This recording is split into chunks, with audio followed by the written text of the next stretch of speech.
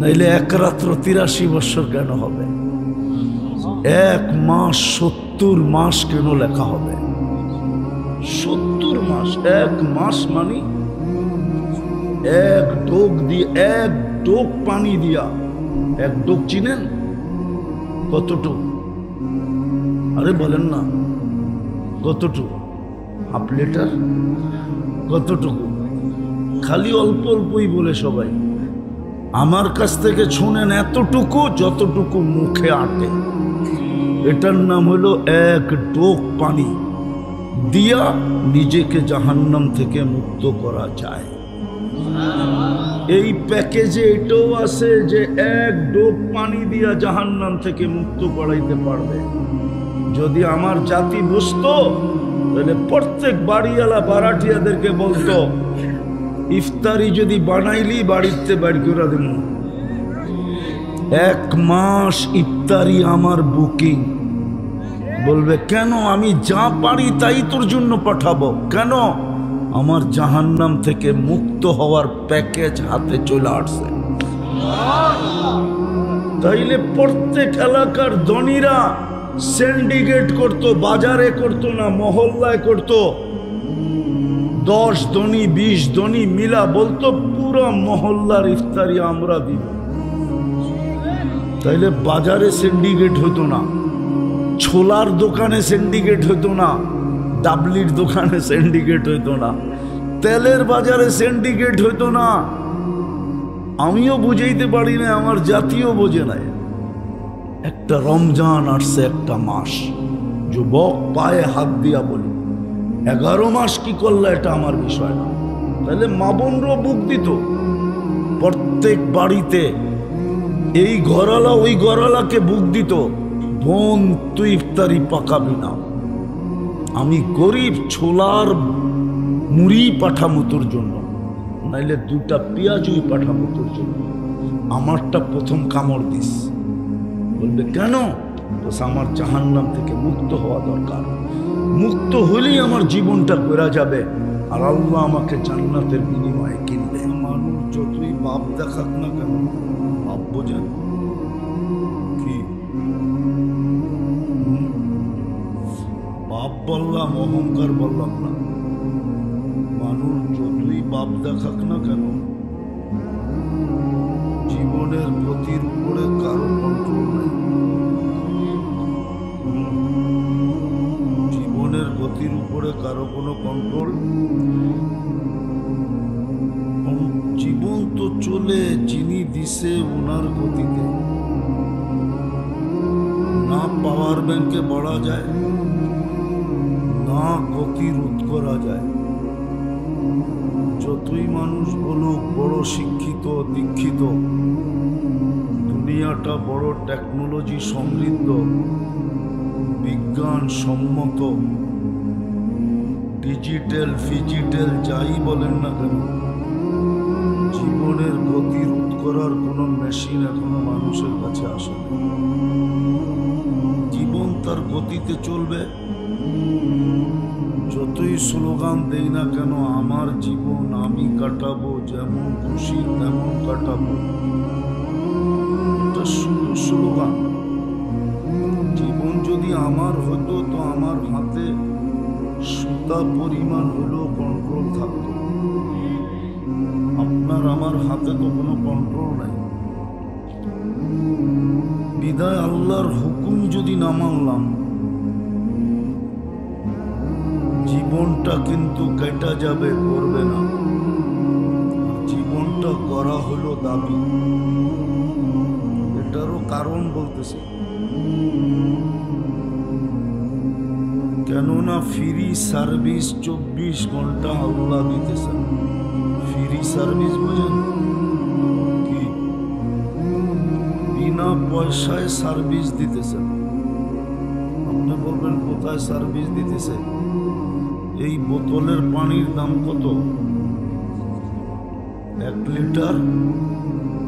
যদি পানির দামে অক্সিজেন কিনতে হইতো, তাহলে ডেলি 16,500 টাকা বিল হতো।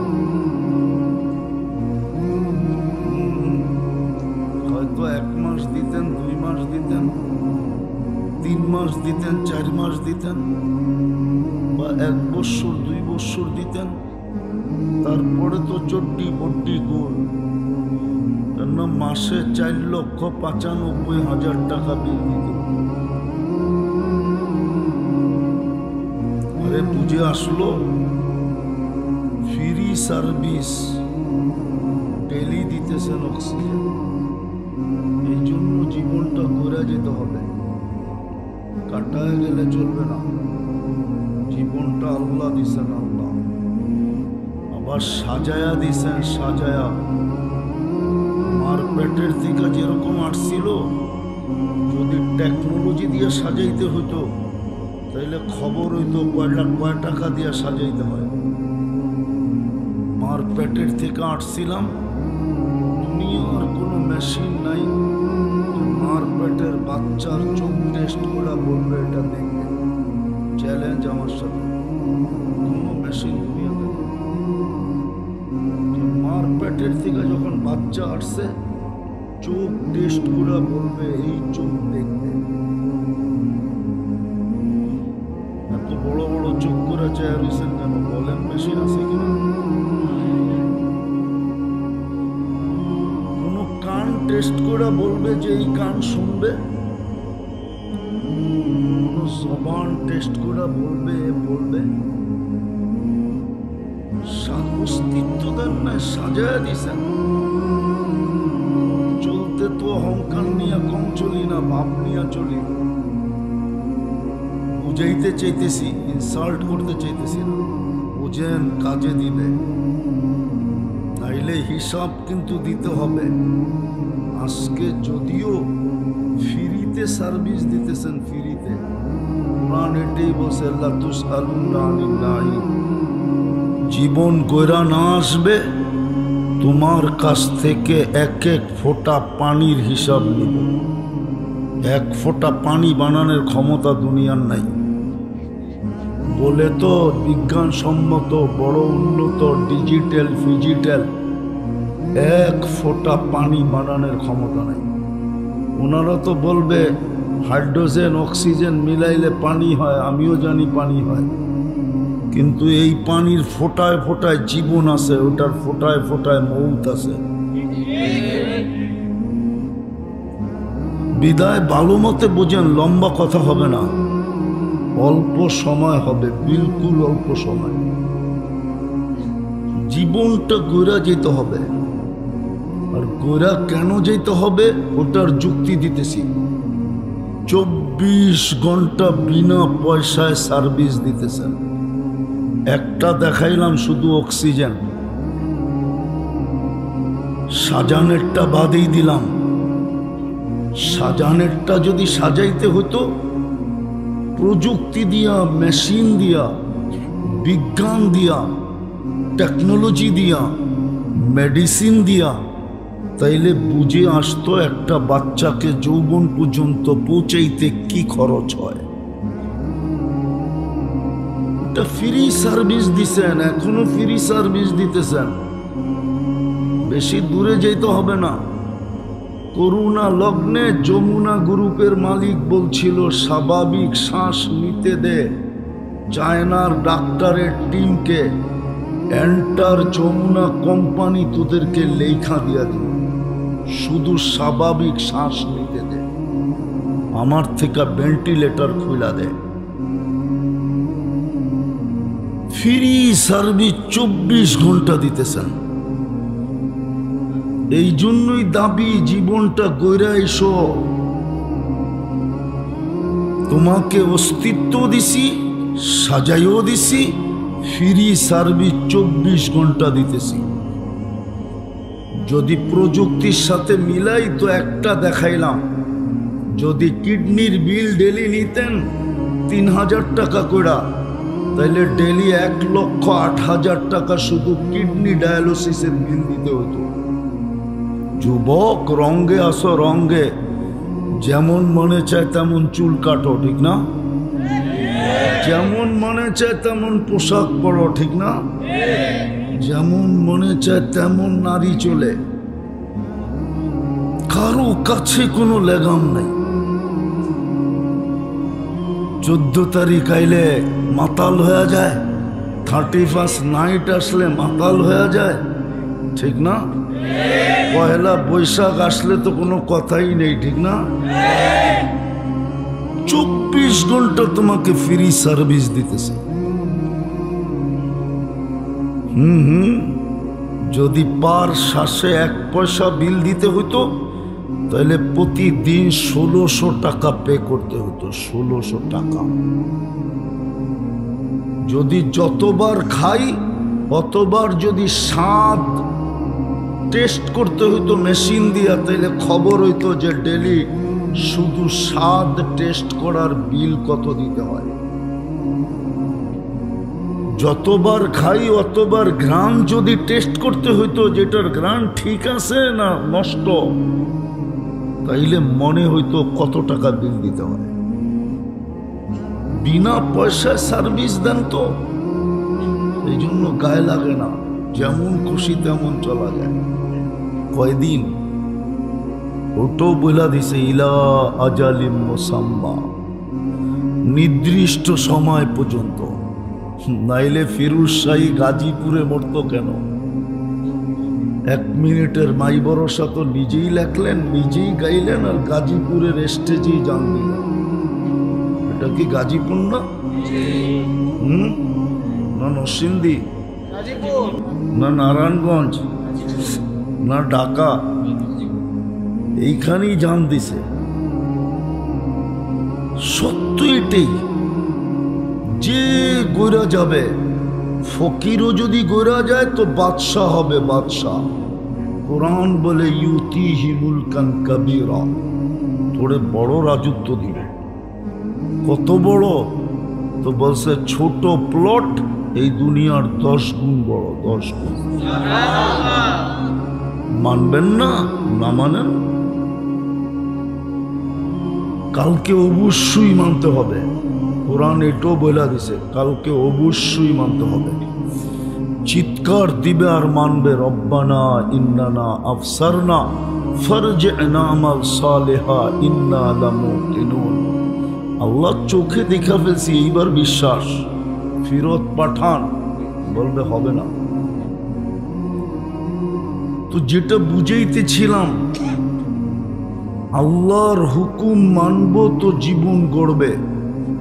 আর দাবি হলো জীবনটা গড়া যাও, যেখানেই থাকো, যেই পরিবেশেই থাকো। এইখানের বাড়িওয়ালারা না বাড়ি পাইলো, বাড়াটিয়ারা কি পাইলেন বলেন আমারে? কি পাইছেন? বাড়িওয়ালারা নাইলে বাড়ি পাইলো, আপনি কি পাইলেন? বুঝলাম বাড়িওয়ালারা বাড়ি পাইলো, গুলশানের তুলনায় কি পাইলো? বাড়িদারার তুলনায় কি পাইল? ধানমন্ডির তুলনায় কি পাইল? মন্ত্রীপাড়ার তুলনায় কি পাইলেন? মন্ত্রীপাড়ার লোকগুলো তো বলবে মন্ত্রী ছিলাম, মন্ত্রীপাড়া পাইছি। আপনি কি বলবেন কালকে যে কি পাইছি? আরে রাগ হয় না, বুঝেন আপনি কি পাইলেন দুনিয়ার, যে আপনি হারায় গেলেন।